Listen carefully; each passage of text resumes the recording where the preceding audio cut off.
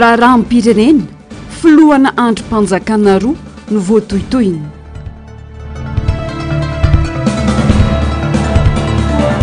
Zotra Antananarivo Antsiranana mijanona tanteraka noho ny fahatapahany tetezana mahavary Ambohibe. Alakamisy masina ho famelan-keloka sy fanetretena.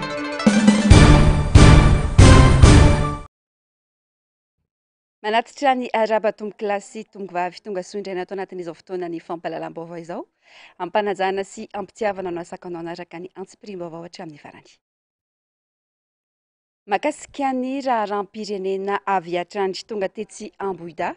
sangitsiana natrika ny fotoam-pitsarana azy ny filohan'ny antenimieram-pirenena Christine Razanamasoa io tolakandro io tsy manaraka ny lalàna hoy izy ny feptaona 27 nomena azy akalametrahana taratasy fitoriana eo anivon'ny fitsarana avy momba ny lalam-panorenana hitondrana ny raharaha amin'ny ara-dalàna ny tenany. Nandeha ihany anefa ny raharaham-pitsarana ka ito raha tena ampanajana tsy ny lalàna ny fitsarana avy momba ny lalam-panorenana. Te antoerana nanangona ny vaovao ny zavandria mahefa sy taiziniana. Tamin'ny ora-tolakandro no tonga teto amin'ny fitsarana avy momba ny lalam-panorenana ny filohan'ny antenimieram-pirenena Christine Razanamasoa. Fotoana nomen'ny fitsarana azy mikasika ny fitoriana napetraka ireo solombavam-bahoaka avy amin'ny vondrona IRD anongana azy tsy ho solombavam-bahoaka intsony. Tsy niditra tao amin'ny efitrano-pitsarana ary tsy nanatrika ny fotoam-pitsarana nefa i Christine Razanamasoa sy ireo mpanaradia azy fa nijanona teo an-tokotany ary nitafa tamin'ny mpanao gazety. Nambarany tamin'izany fa tsy ara-dalàna ny feptaona nomena azy arovan'ny tena ka izay no antony tsy nanatria ny fotoam-pitsarana io. Tonga eto satria feptaona nomena dia 27 ora izay mariako fa mbola tsy tapitra ny 27 ora no nanambarana anahy fa mila mitondra ny fiarovatenako. Nefa akory moa ny agagana fa 27 ora izay mbola tsy tapitra ametrahana amin'ny fiarovatena dia efa lazana fa fotoam-pitsarana. Ary tiako ny manambara fa ilay feptaona 27 ora tsy misy lalàna milaza an'izany raha ohatra ka hoe ady tsotra afatsy ny mahakasika ny fifidianana fa ivelan'ny fifidianana 27 ora dia tsy ara-dalàna fa ny ara-dalàna ny fanaovana ny fanajana ny fiarovana dia araky ny lalàna mifehy ny ACC ny ordonnance portant ny ordonnance dia ray volana raha amin'ny fiantsoana voalohany anomanana ny fiarovatena dia avy eo 12 andro ny andaniny sy ny mpisolo vava ny filohan'ny antenimieram-pirenena no nametraka ny taratasy fitorinana ny requête ho an'ny fitsarana avy momba ny lalam-panorenana manambara izay tsy fanaran-dalàna izay. Raha tena mpitsara sy nianatra lalàna tokoa tsy tokony ny mikipy manoloana ny fanitsakitsahan-dalàna ho iatrany ny filohan'ny antenimieram-pirenena. Mieritreritra matoky aho fa mba iaino izy izay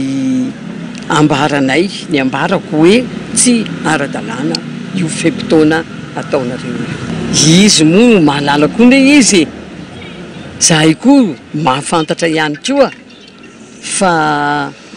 samy manana ny fomba ijereny sy amakiny aniny lalam-panorenana iny fa raha ny fijeriko azy ny fijerinay ary fijeriny izay mianatra lalàna maro dia betsaka ny lalam-panorenana no andiny lalam-panorenana vao kitsakitsaka. Tetsy andanin'izay dia fantatra fa nandehan'ny ny fotoam-pitsarana ity raharaha ity. Milaza ny amoaka didim-pitsarana ny ACC ka andrasana izay votoatony izay didy avoakan'izay raha ampanazana sy ny lalàna velona misy eto amin'ny firenena.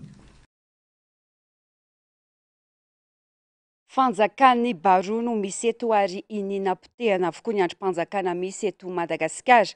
Hitsana tanteraka ny lalàna velona eto amin'ny firenena mba hitazomana seza sy anam-penam-bava izay mahasamijoro eto amin'ny firenena. Fanadihadiana nataon'ny zavandria mahefa sy taiziny anatrany.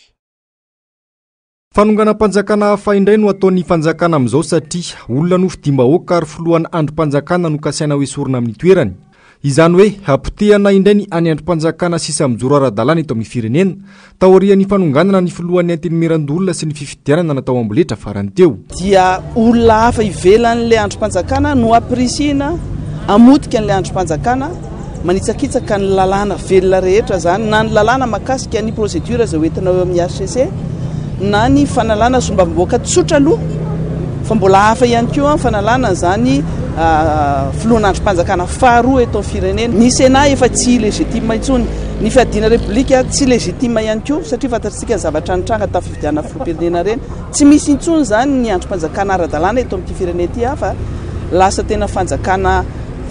barona république bananière tsika am'izao tahotra no betsaka ho andreo milaza azo maro anisa eo anivo ny antenimiram-pirenena ho ny solombam-bahoaka totosoa Andriamampandry any amin'ny fanitsakitsahana-lalàna sisa no lalana hitan'izy ireo amin'ny tena ny filohana androm-panjakana mahasamijoro sy mikiaro-baolana ho an'ny firenena raha tena laza ianao dia iandraso ny session amin'ny volana me session ordinaire dia any ianao manalazo filohana androm-panjakana na filohany antenimiram-pirenena rasainareo zay ngeny tokony cadre légal le arahana ao anatin'le izy fa noho ny fatahorana satria tsy atokisana ntsony le solombam-bahoaka avy any amin'zareo satria efa resary zareo tamin'ny hoe ho fanafoanana ny bureau permanent dia efa resary zareo dia matahotra amin'izay fanarahana ny tena hoe lalàna velona zay fa raha zay no tokony taony zareo rehefa tsy tiany filohana androm-panjakana izy dia miandrasara mivolana me dia alefaso ny fifidianana dia ho iteo zany raha iken'ny solombam-bahoaka na tsy ekeny mafilohany antenimiram-pirenena Ady Christine Rasanamasoa matahoran'Andriamanitra ho kosa ny fanehoan-kevitry ny solombam-bahoaka Paul Bert Rasimanana mikasika ity raharaha ity tsy manakambara fa alao andeha amin'ny ara-dalàna fotsiny alao mandeha amin'ny ara-dalàna fotsiny zay ihany leo ka tsy fanendrikendrika ho Jodasy alohan'ny zavatra matahoran'Andriamanitra olotsotra fikambanana samihafa ry solombam-bahoaka maromaro no tonga nanotrina sy niara-dita amin'ny filohan'ny antenimiram-pirenena tety amin'ny ACC androany nanamafy ny filohan'ny antenimiram-pirenena fa hijoro hatramin'ny farany ary tsy embotra na misy aza ny fanampenam-bava sy antso-zay samihafa ataon'ireo mpiray antoko aminy teo aloha miantso firaisan-kina kosa ny tenany mba hampanjakana ny tanitandalana sy ny fahamarinana eto amin'ny firenena mijany eo amin'izay vaovao izay andry valim-pitsarana madio tsy mitanila no andrasan'ny rehetra avoaka ny fitsarana avy momba ny lalam-panorenana amin'ireo raharaha mafana eto Madagasikara amin'izao fotoana izao toa sarotra inona nefa izany raha ny didy efa navoaka hatramin'izay no jerena ary mampambetra-panontaniana ny rehetra ny momba ny fahaleovantenan'izy ireo Asina Andriamalala Simano raha Andriamalala mitatitra ny antsipirim-baovao mahakely finoana hoe valim-pitsarana madio tsy misy petina amin'ny mahadidy-pitsarana tsy azo ivalozana azy ny avoaka ny fitsarana avy momba lalam-panorenana momba ny raharaha Christine Razanamasoa hoy ny solombam-bahoaka ny sady pailalàna Keron Idialson ny fombafomba arahana izay voafaritra lalàna momba ny fiarovatena ny Christine Razanamasoa aza tsy nazain'ny HCC hoy ity solombam-bahoaka ity sady pailalàna valiny zany dia efa tsy avy hatrany ny pitsopitso ny voalazan'ny lalàna ny ray volana ahemitra 2 andro ny fanajanany zony olona ary zao ny magaga vao nyvakiko teo le izy hoe araka ny telefona ny fandraisatsika dia atao ny audience ore tompoko mbola tsisy raha-pitsarana atao amin'ny telefona zany fa matoa misy ny greffe dia ny greffe ny manao ny service rehetra hoe iza ny avocat iza ny olona toriana na zany ny fifandimbiasan'ny taratasy misy zany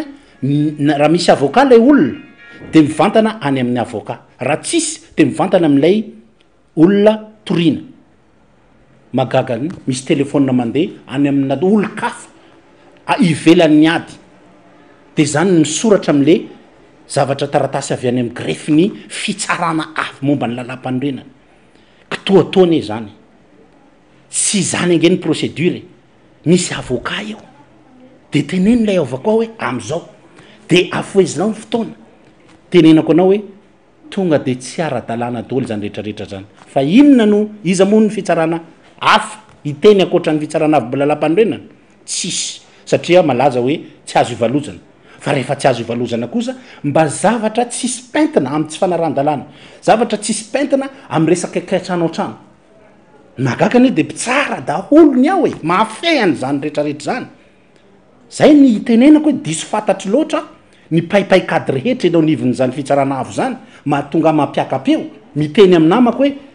efa mbo misarotra mahampitsara ihany zala nefa mandalo eo imasonao zavatra tsy ara-dalàna tsy mampireriahany mahita an'izany ho an'ny taranaka ho an'ny ty Madagasikara ty ny didy itsy volana raisy roa arivo tsipika aotraotra telo mamaritra ny tokony fomba fiasany HCC aza tsy voaja ho iatra ny ity solombavam-bahoaka ity manam-pirofony tsy mahatanitandalàna amin'ny Madagasikara izany ho iatra ny fanazavana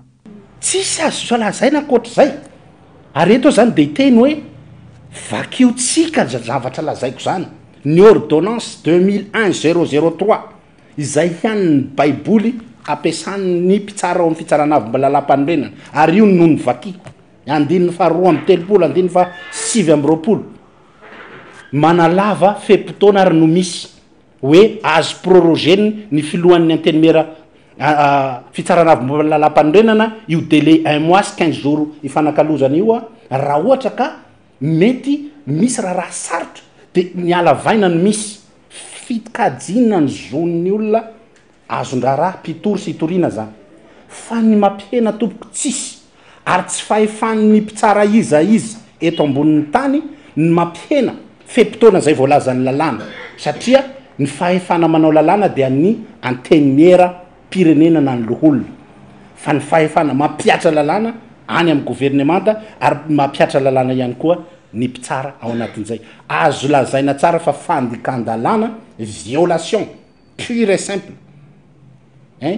ny lalàna ny fioara-pefy amin'ny fandikana lalàna diso amin'ny famohana didy havoaka amin'ny anaran'ny vahoaka malagasy mampivarahontsana ny hoavin'ny demokrasia eto Madagasikara tampenam-bava esorina amin'ny toerany nankadraina an-tranomaizina sazy miatra izay milaza ny marina sy ny tsy fahombiazana izao fitondrana izao ny valim-pitsarana voaka ny HCC atoato amaritana ny fahaleovatena na tsy antirafim-pitsarana ambony ity filohana androm-panjakana roa no takiny antokony fitondrana esorina ka nametrahany taratasy teny anivon'ny fitsarana avo momba ny lalam-panorenana ery manana Razafimay fa filohany antenimerandolona teo aloha sy Christine Razanamaso filohany antenimeram-pirenena mampitolagaga ny firenena rehetra maneran-tany izao fihetsika sy raharaha misy eto Madagasikara izao ary tena manala baraka hoy ny mpahalalana Keron Idealson. Tao anatin'ny 5 volana filohana androm-panjakana roa sampanao lalàna eto Madagasikara ny voatohitohina ny fahefany noho ny filazan'izy ireo ampahibe maso ny zava-misy marina ka mamparary ny malagasy. Ny fiandohan'ny volana oktobra 2024 niterena anao soni taratasy fialany tsy filohany antenimieran-doholona intsony ery manana Razafimay martsa 2024 raha ona ny vovonana IRD sorina tsy hosolombavam-bahoaka intsony akoho i Christine Razanamaso filohany antenimera-pirenena rehefa lazany marina eto amin'ny firenena tsy aivina nefa fa ifanoroahany Bureau National ny antoko TGV tsy ho isan'ny mpikambana ao anatin'ny intsony i Christine Razanamaso ny 10 oktobra 2024 tsy voafatitry ny fitsipiky ny feny antoko intsony araka izany ity farany nanomboka teo lasa fitaovana eo ampelantanany olombitsy amtehana ireo zay samy lazany marina sy ny tsy mety ataon'ny fitondrana araka izany ny fitsarana avo momba lalam-panorenana na ny HCC ka tsy magaga raha filohana androm-panjakana roa no esorina amin'ny toerany tato anatin'ny 5 volana monja dia ahazo rekoro meran-tanytsika hoe nisy fitsarana avo momba lalam-panorenana teto ambonin'ity tany tia tsy nampiatra lalàna araka ny tokony izy naka fahefana n'androm-panjakana filohana androm-panjakana roa sahady zao tato anatiny tsy ampy 4 volana ny filohan'ny antenimeran-dolona zao ndray ny filohan'ny antenimera-pirenena nalaina tamin'ny fomba mahagaga ary de ieleran'izao tontolo zao zany tsika rehetra ny zaka ny vokan'izany ireto le olona avy any amin'ny firenena tena mandroso be mahay lalàna be tena ianaran'izao tontolo zao anome lesona an'izao tontolo zao amin'ny resaka fampiarana lalàna ataon'ny fitsarana avy mbola lalam-panorenana tranga tsy fahita maneran-tany izao tranga mamoehitra misy eto Madagasikara izao todika ty Madagasikara araka izany mason'izao tontolo zao ary mety ahina izy fiatraikany amin'ny raharam-pirenena sy ny famatsimbola izao tranga mianatra izao. Mijany eo amin'izay vaovaon'ny politika izay ihany mirona makany amin'ny faravan'ny fitondrana ankehitriny zava-misy eto Madagasikara. Hoy ny mpanao politika sady mpamakafaka politika Iada Jean Pierre raha izao fisavorotany fiainam-pirenena izao dia hiafara amin'izay faravan' izay ny fitondrana araka izao taty baovaon'ny Asinandria Malala sy Manu Randria Malala izao. Vidim-piainana miakatra firenena ratsy tantana ka nampilobava ny sehatra iraisam-pirenena toy ny vondrona Eropeana sy ny banky iraisam-pirenena na ireo mpamatsy vola aza sadakatra amoaka fanampiana ny gasy miamahanitra ny fiainam-pirenena misaviritaka ambony ambany ara-bakitendry ny fifidianana sy ny mbavim-bahoaka ho avy ary samy mikasa andrombaka ny maroanisa na ny mpanohitra na ny fitondrana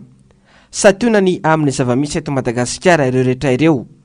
Raha ho an'ny mpanao politika mpanaraka ny raharam-pirenena dia mazava fa mizotra makany amin'ny faharavany ny fitondrana mijoro. Ny fiafarany zao zavatra zao dia faharavany zao fitondrana efa misy eto zao satria mazava be ngely izy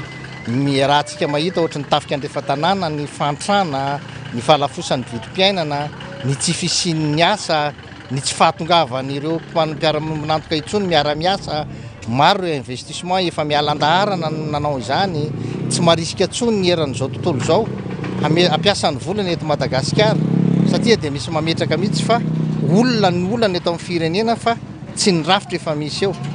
ka dia noho izany raha ny fahitana izy dia tsy misy afa-tsy ny faharavany zao fitondrana zao ary ny fipetrahany fitondrana vaovao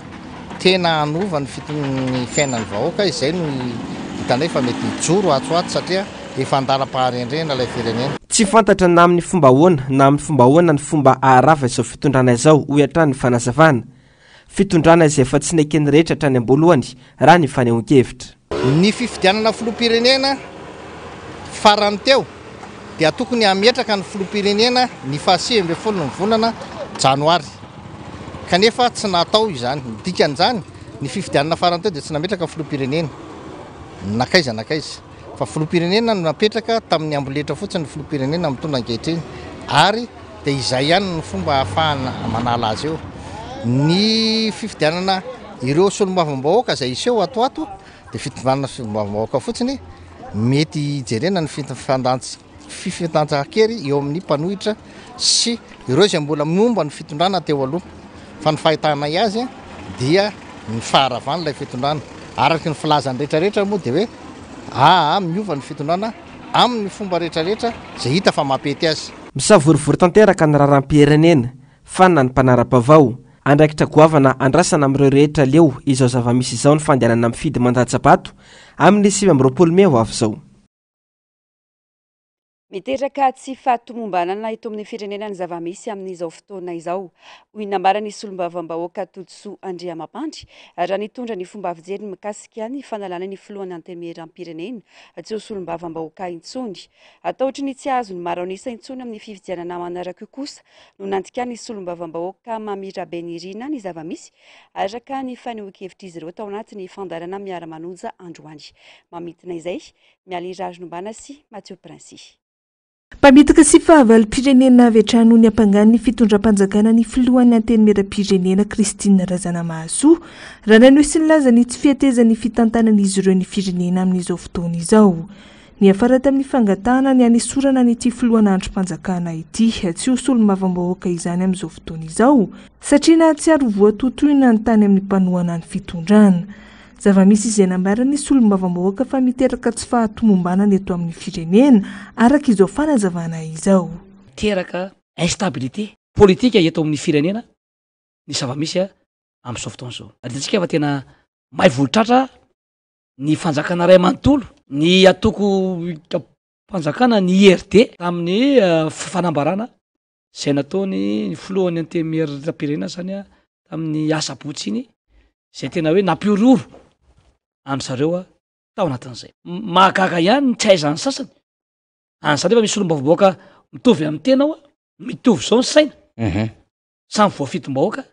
dia tena hoe hafa misy zany ny famakiny sy ny fijeriny ny lalana vedra izay misy eto amin'ny tany sy ny firenena ary ohatr'izay koa le atoko. Izay ny amin'ny fitondrana izay manao forsinina fotsiny ny zava-misy amin'izao fotoana izao. raha mato Kristina Razanamasoa dia filohan'ny antemieram-pirenena vo fitom-bahoaka izy lany tany ambato finandrahana asombavamboaka ny Madagasikara na tonga azo filohan'ny antemieram-pirenena ny lasaka izy dia tsy fa mbola tsisy oatra zany fa 100 isan-jato no nandany amin'ny Kristina Razanamasoa nitsoro izy ary tsy voatamin'ny asa botsinge efa roa taona sy tapany tany zany izy de efa niteny foana izy nanitsy hoe efa tsy mety nge zao taonareo zao hoe zao no tokony atao manao reo maraka foana izy ary manao kritika constructive izy de izao rehefa milaza ny zavatra marary ny olona ve rehefa milaza marina ve de lazaina fa fahavalom-pirenena le olona manakorotana de manakorotana le olona manonga mpanjakana de manonga mpanjakana tsy hainareo koa ve ny famaritana zany hoe fanongana mpanjakana ny fahavalo-pirenena tompoko de zay olona na fanjakana tsy mampisy jiro sy rano sy ny delestage lava sy ny rano tapaka ho an'ny vahoaka ny tena fahavalo-pirenena tompoko dia tsy manome ankohanina ny vahoaka mamalagasy fa mampiakatra ny vidim-piainana zay tsy zakany vahoaka ny tena fahavalo-pirenena tompoko de ny tsy manome asa maharitra ho an'ny vahoaka ny fahavalo-pirenena tompoko dia tsy miaro voaka sy ny fananany fa tena tsy voaro ny asan'ny jolay sy ny asan'ny dalo ny tena fahavalo-pirenena tompoko de mampiakatra ny vidim-piainana ary tsy hay mijery an'izany na maîtriser an'izany ny fahavalo-pirenena tompoko dia tsy mijery an'ireo tatsazy maro anisa eto Madagasikara zay tsy mijery ny masomboly ny barazy ny famokarana ho an'ireo tatsazy maro anisa eto Madagasikara tetsenkilany nilaza ny solombavam-boaka mamirabenirina fa tahotra ny tsy azo ny maro anisa intsony amin'ny fifidianana manaraka eo no mantony anaovan'ny fitondram-panjakana sy ny mpanohana azy ireo izao fihetsika izao amin'ny filohan'ny antenimieram-pirenena Kristina Razanamasoa rehefa mitoy mbola milaza ny heviny ka tsy mahafaly no fitondram-panjakana ilay solombavam-bahoaka sady filohan'ny antenimieram-pirenena dia ilay toerana mahasolombavam-bahoaka azy mihitsy no anesorana azy zao no azontsika andikanan'le izy resy lahatra zany ireo maro anisa fa tsy any aminy mitsony izay maro anisa zay satria raha ny tokony ho izy a lay fanesorana azy teo anivony filohan'ny antenimieram-pirenena no tokony ho dingana no nirosona satria ilay toerana mahafilohan'ny antenimieram-pirenena azy no nahafahany miaona etsero ananany nahafahany nanangana n'ilay plateforme de médiation niaraka tamina rafitry ny fiarahamonimpirenena sy ny fiangonana izay nanelingelina tsy zaka ny fitondram-panjakana fa satria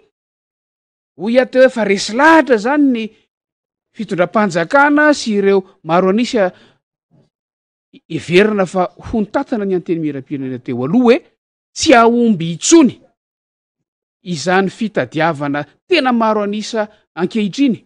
eo anivon'ny antenimieram-pirenena zany hoe raha alefa le fanonganana amin'ny filohan'ny antenimieram-pirenena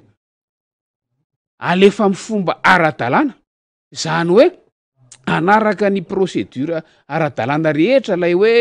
misy motion atao de mila ny atsasa-manilana solombavam-bahoaka de misy avy eo ny adihevitra any anivon'ny fivorimbe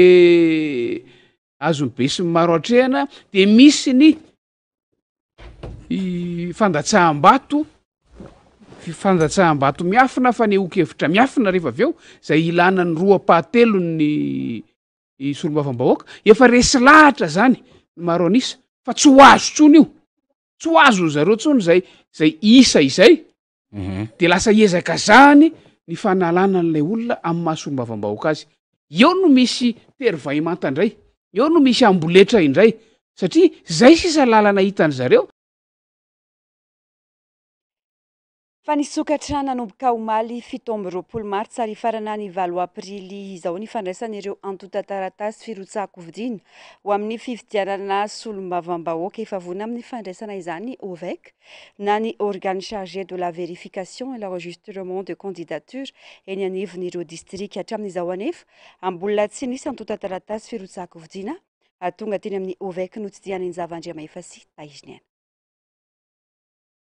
amperina sy tananomboka omaly ny ovek na ny ratsamangaiky ny vomiera maleo tena misana ny fividianana misana ny fandraisana sy fanamarinana ireo antota taratasy firotsahako vidina ho an'ireo mikasa irotsaka ho vidiana ho solombavam-bahoaka ahitana ovek avokoa ireo distrika rehetra manerana ny Madagasikara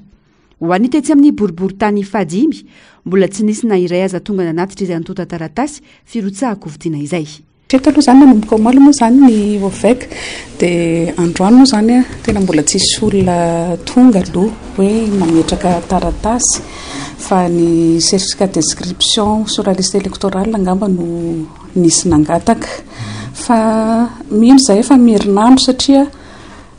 mbola mpikarakarana ny atota taratasy sasany any amin'ny centre fiscal any Bianco angamba ny candidat aloha hatreto fomba fiasa eto moa zany manatitra an'ilay dossier ilay olona dia raha ohatra hoe tsy ampy ilay dossier dia amena choix izy afaka miverina mitondra ny dossier rehetrarehetra mody na afaka enregistreny koa izay efa ananana dia miverina izy manaraka manatitra an'ilay fanampiny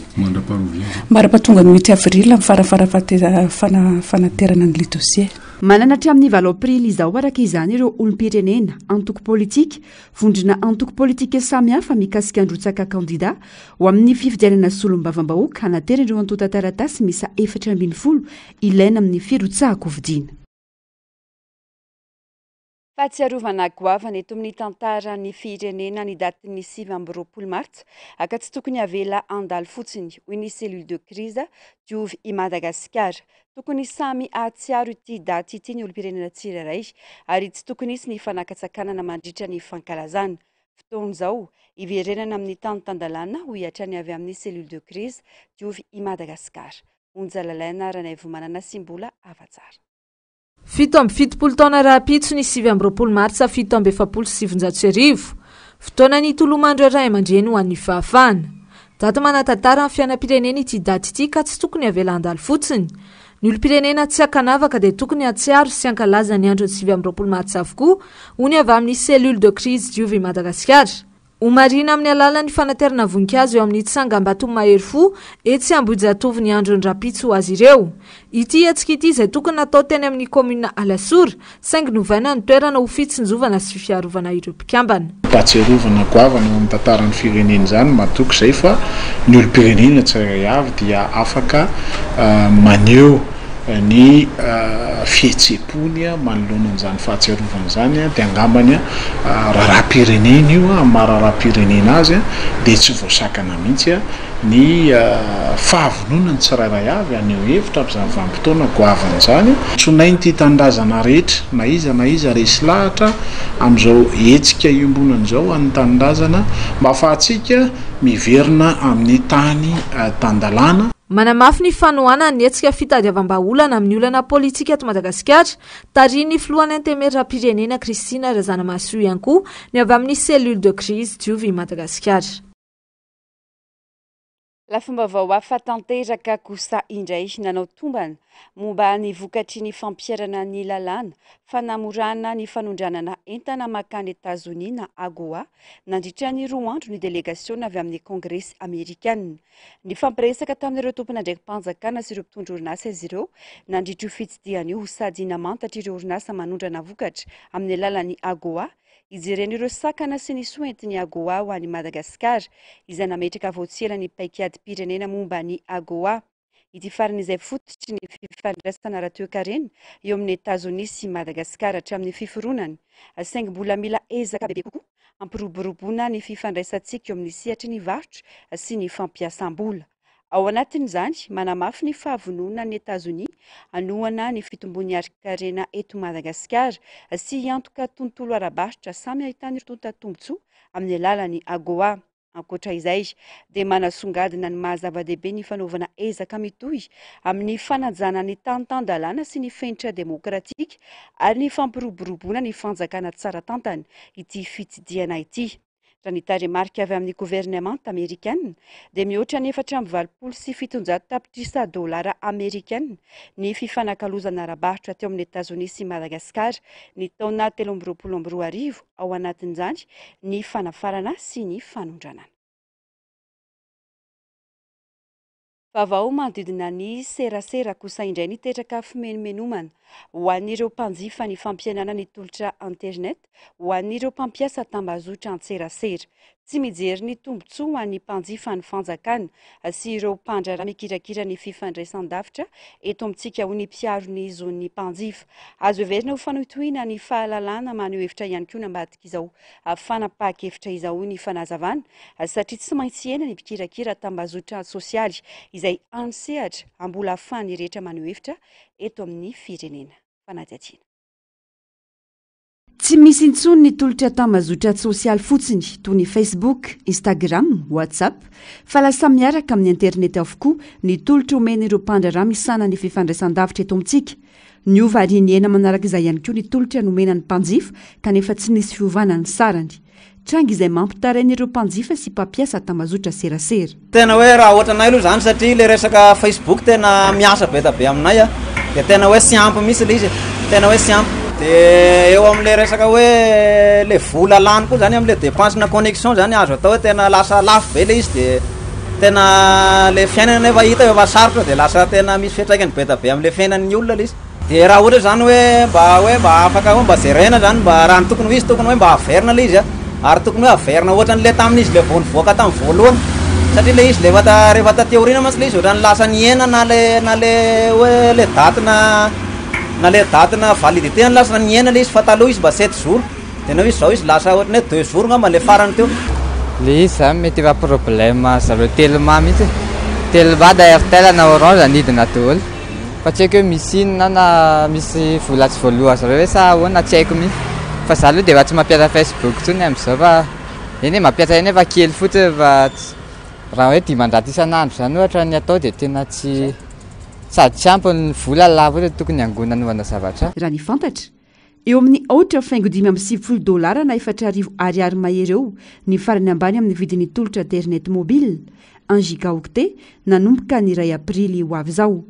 Ny didim-panjakana 13 tsipika 7 sy 3 tamin'ny 12 aprily 13 no miatra amin'izao fotoana izao io.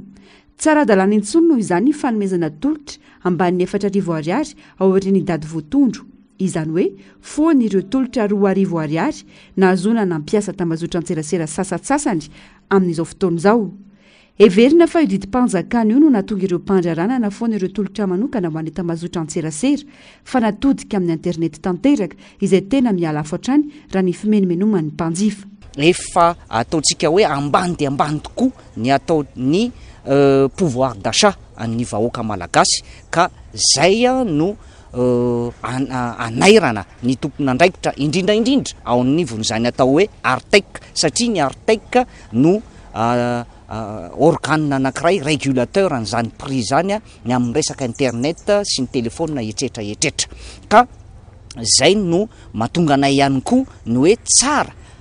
apetraka ny atao hoe conseil d'administration zay misolo tena anay mpiarony zo mpanjifa ao anivon'ny Artec zay nefa mifoananareo taola izy ka zay zavatra zay tsy mety ary tsy ekena satria zao ny vokany lasa manao zay tiany atao zany na ny andaniny na ny ankilany ka lasa miatraika aty aminay vahoaka mpanjifa lay ny fiakarana sy mifanenana ny ataontsika hoe mégazy ampiasaina. Azo verina ho paikady ampianana ireo mpampiasa tambazotra sosialy eto amintsika ihany koa ny zava-misy ho ihany mpiarony zo ny mpanjifa. Maro anefa ny tombontsoa azo avy amin'ny fampiasana tambazotra antserasera raha tsy lasa fa tsy ny fanaram-baovao ny velotena isan-karazany fa indrindra ao anaty tambazotra antserasera sisa no ahafahan'ireo olom-pirenena maneho hevitra sy mitondra ny maharary azy manoloana izao tsy fetezana maro misy eto amin'ny firenena izao. Ny akamaroan'ny vahoaka mpanjifany dia efa mampiasa ny internet avokoa. Zany hoe raha ataontsika zany eo amin'ny ataontsika hoe efa tafiakatra ny amin'ny 50% mahery ny vahoaka mpanjifa mampiasa internet daholo eny amin'ny sehatra arabaritra azy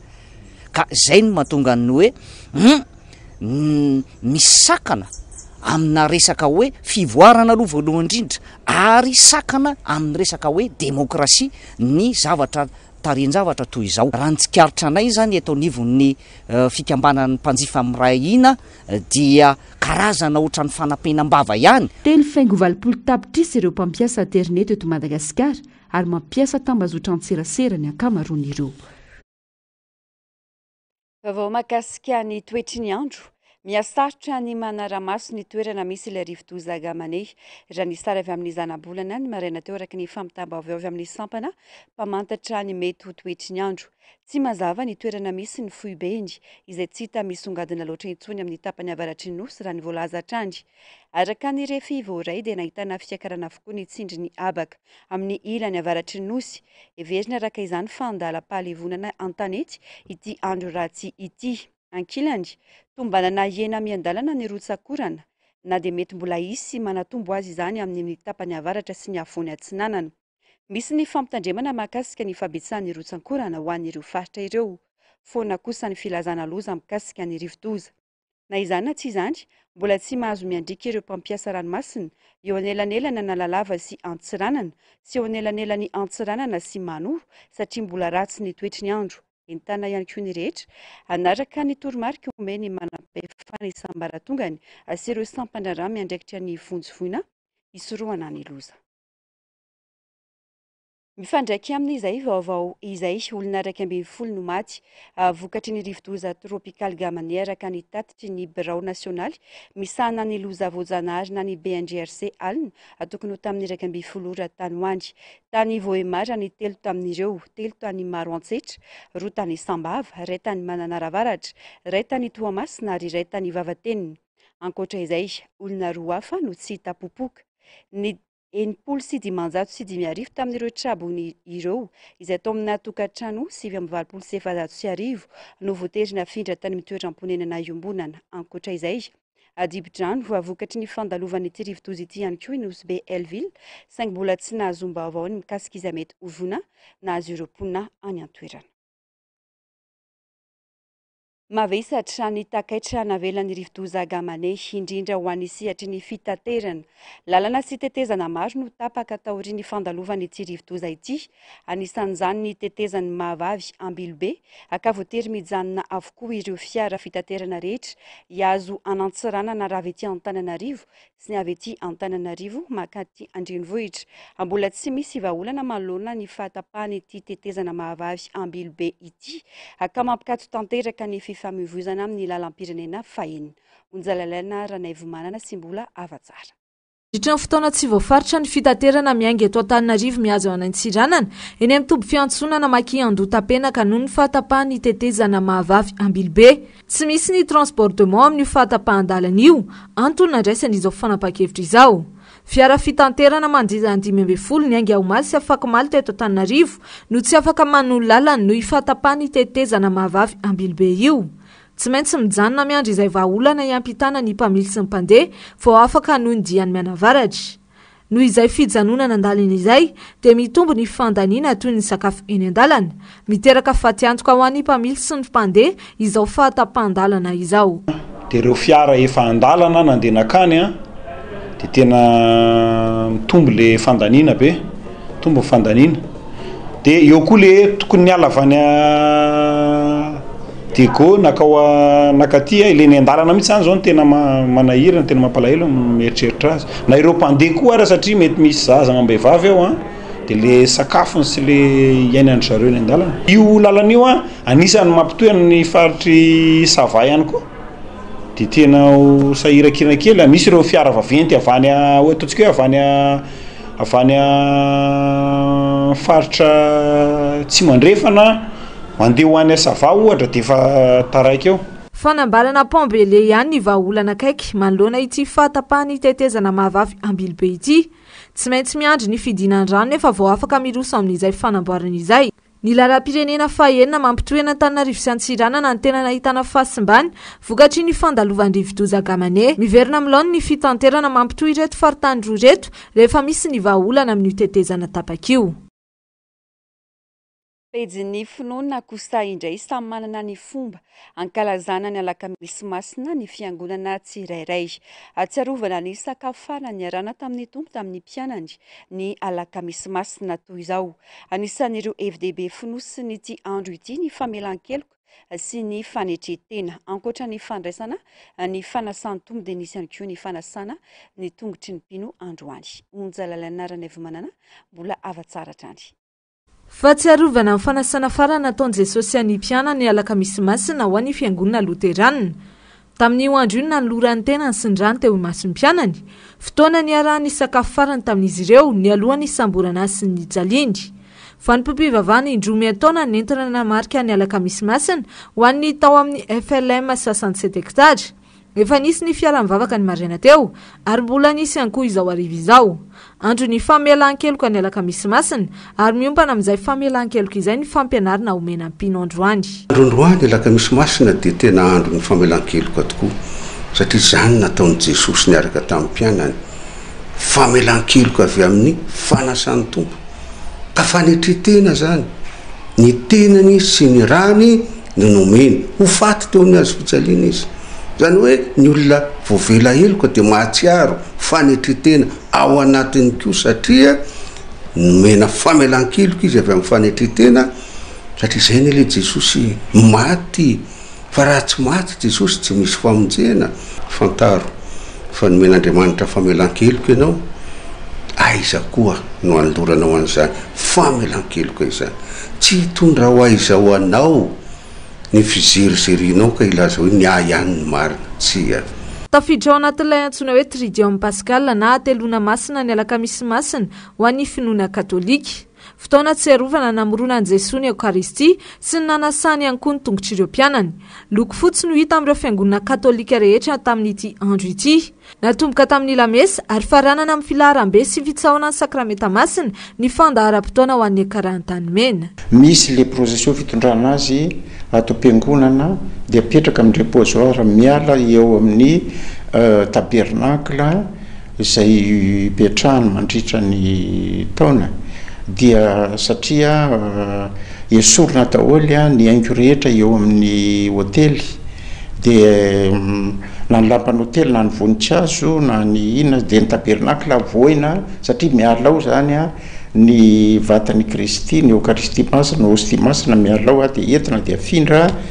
eo amin'ny toerana atao hoe reposoir namerina ireo fomba sy fiatsika nataon'i Jesosy tamin'ireo mpianany nandritra ny sakafo farany ny fiangonana ho fanamariana ny alakamisy masina anisan'izany ny fandraisana amin'ny fanasany tompo sy ny fanasana tongotra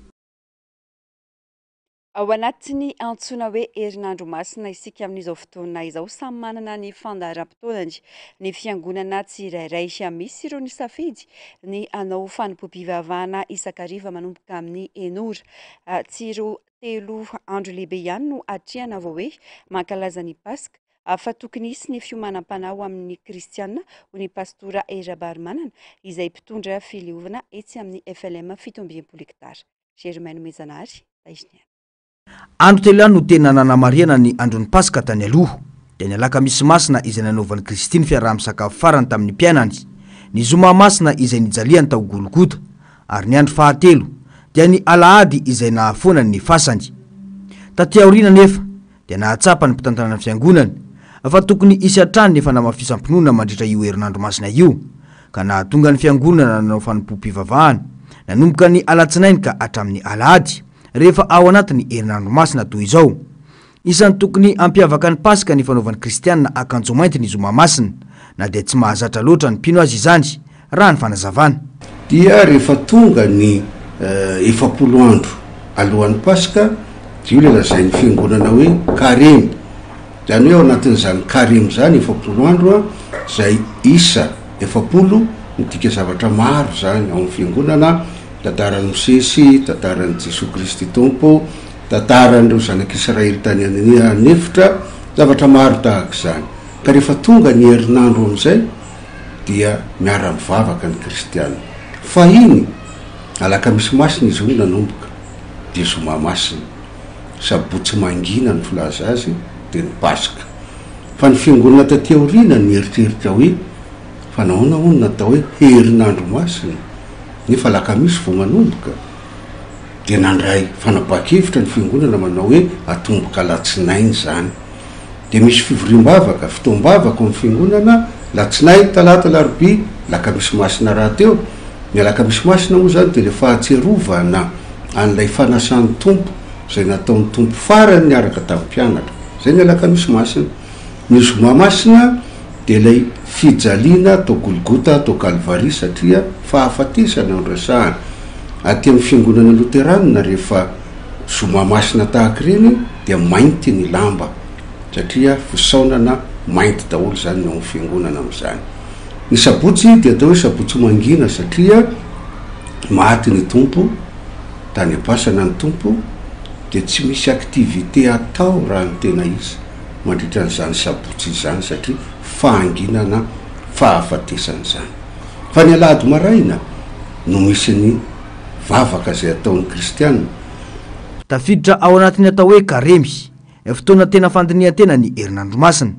tsy isaky ny fotoanan'ny karemy andry no iainana izany raha mpino kristianina fa isan'andro ho iatrany ny fanazavana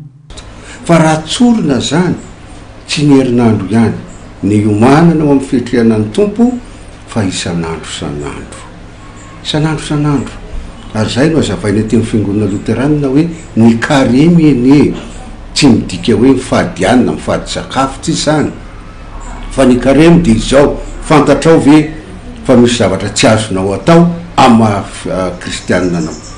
ka rehefa fantatry ny kristianina rehetra hoe misy zavatra tsy azony atao de zay no atao mahay manao karemy inona moa tsy azo atao de voly sy ny asany rehetra ary ny fombany rehetra engany ny kristianina rehetra mba ho karemy san'andro ka hifady ny devoly sy ny asany rehetra ary ny fombany rehetra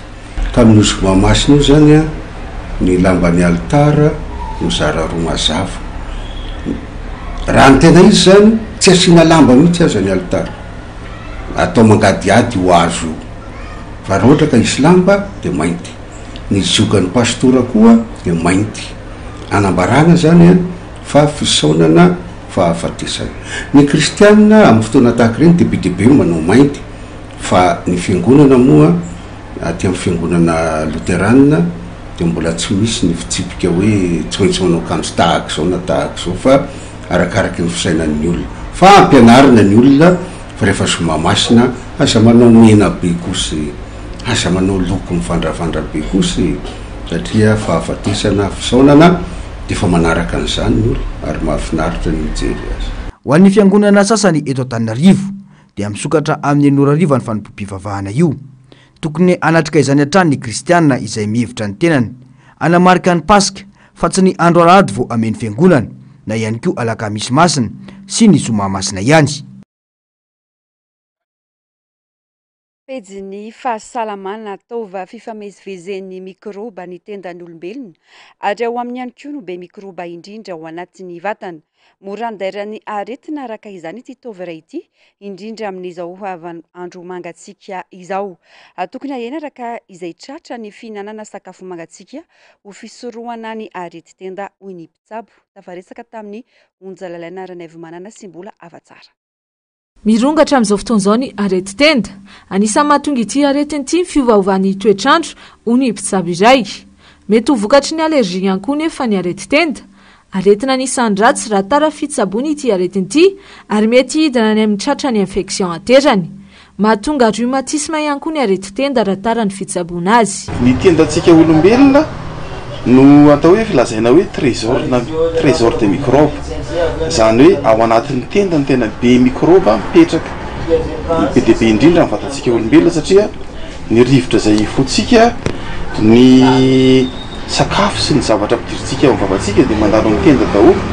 dia mipetraka ao anaty tenda ny microbe dia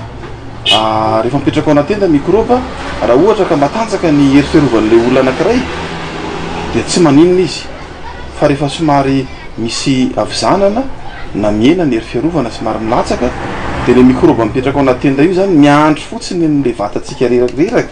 de rehefa reraka le vatana de lasa misy manifestation na misy signe misy symptôme maharary le tenda tokony ahianaraka izay tratra ny fihinana sakafo mangatsiaka sy ny fihinana sakafo be akora simika mba ho fisoroany ity aretiny ity. Ny aretin-tenda dia misy karazany maromaro izy io. Misy ny atao hoe aretin-tenda atao hoe tsotra izay mpahazoantsika andavanandro reny hoe marary fotsiny tenda, tsy voatery hoe mivony fa marary tsotra izy a, dia mety ho menamena be koa ny ao anatin'ny tenda. Mety misy ihany koa ary mety misy an'le hoe misy nahana mihitsy hitantsika ao anaty tenda. Raha misy olona ray marary tenda ao an-trano ka tsy lanin'ilay olona le sakafo, misy sakafo tsy laniny dia tsy azo hohanina ny ampy-tsakafony satria misy mikrôba mety hifindrany amin'ny olona izay mihinana an'iny. Ny mpivady aza tsy tokony hifanoroka rehefa marary tenda ny ray satria mifindra avy hatrany mikrôba dia tsara ny tandrina amin'izay. Nanamafy ny mpitsabo fa tsy tokony atao atsirambina ny fitsaboana ny areti-tenda noho izy ahina hitarika aretina maro. Farany eo amin'ny maresaka avy any ivelan'ny Palestiniana tsy latsaky ny 700 no namony ainy vokatry ny fanafiana nabakabaka sy ny fifandonana mahery vaika teo amin'ny tafika Israeliana sy ny Hamas tao Gaza sy Khan Younis androany alakamisy. Etsy ankilana nefa nanokatra ny varavarany fifanankalozan-kevitra amin'ny Washington Israel tamin'ity androany ity manoloana ny fifanoloanana amin'ny mpiaradia aminy no ny fanafiana tao Rafa. Mialy Rajnombana, Mathieu Princy. Nandrika indray ny raha tany Gaza sy tany Khan Younis androany alakamisy. Palestiniana tsy latsaky ny 700 no indray namony ainy vokatry ny fanafiana nabakabaka sy ny fifandonana mahery vaika teo amin'ny tafika Israeliana sy Hamas tany an-toerana. Napangay ny tafika Israeliana ho niafina tany amin'ny hopitaly ireo mpiady ao Hamas ka izay no antony nanohizan'izy ireo ny fanafiana izay nanomboka tamin'ny 12 Martsa tao amin'ny tobin'ny hopitaly Al-Shifa ao an-tanànan'i Gaza. Ankoatra izay, misy miaramila manao hetsika ihany koa ao amin'ny faritry ny hopitaly Nasser sy Al-Amal eo amin'ny 2 kilometatra eo ao Khan Younis. Manoloana ny zavamisy, nitsahatra tanteraka tamin'ny asan'ny hopitaly Al-Amal taorian'ny famindrana toerana ireo sivily tao amin'ny hopitaly io tamin'ny fiandohany ity herinandro ity. Ankilan'izany, tokony nosokafan'ny Israely androany ny varavaran'ny fifanankalozan-kevitra amin'ny Washington manoloana ny fifanolanana amin'ny mpiaradia aminy noho ny fanafiana tao Rafa. Taorian'ny renivohitr'i Gaza sy Khan Younis tea noho ny fanafiana an-tanety any amin'ny tendrony atsimony Gaza Israely. Sokajina ho fiarovana lehibe farany any Hamas io toerana io izay ahitana Palestiniana ray faingo-dimy tapitrisa mitambatra. Nafindra toerana noho ny eritreritra any amin'ny toeran-kafa ao amin'ny faritany mony ankamaroany ireo Palestiniana ireo.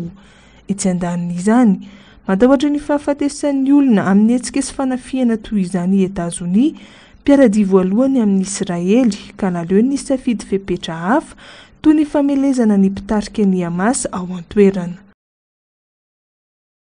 Tapitra ny fampahalalam-baovao mankasitraka fiainana tonkilasy tongovavy nanaraka ny antsipirim-baovao hatramin'ny farandy. Varainao avy hatrany aoriana izao fampahalalam-baovao izao toy ny mahazatra ny fandarana ahoana marina sy ny Global News aorian'izay kosa ny horonan-tsary indray miseho mitondra ny lohateny hoe Julie. Nentinako tonkilasy tongovavy manome fotoananao rampitso amin'ny ora mahazatra. Veloma tompoko.